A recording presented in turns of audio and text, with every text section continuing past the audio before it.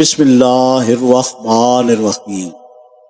اس بارے میں کہ بچے کا حدیث سننا کس عمر میں صحیح ہے، ہم سے اسماعیل نے بیان کیا، ان سے مالک نے، ان سے ابن شہاب نے، ان سے عبید اللہ بن عبداللہ بن عتبہ نے، وہ عبداللہ بن عباس رضی اللہ تعالی عنہما سے روایت کرتے ہیں کہ میں ایک مرتبہ گدھی پر سوار ہو کر چلا۔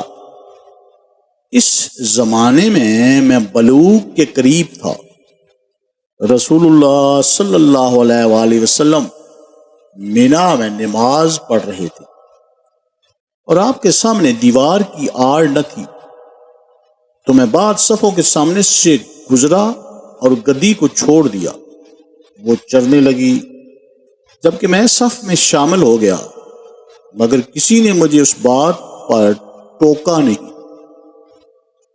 اللہ تعالیٰ ہمیں احادیث مبارکہ پر عمل کرنے اور اس پیغام کو ہر انسان تک پہنچانے کا ذریعہ بنائے، آمین یا رب العالمین۔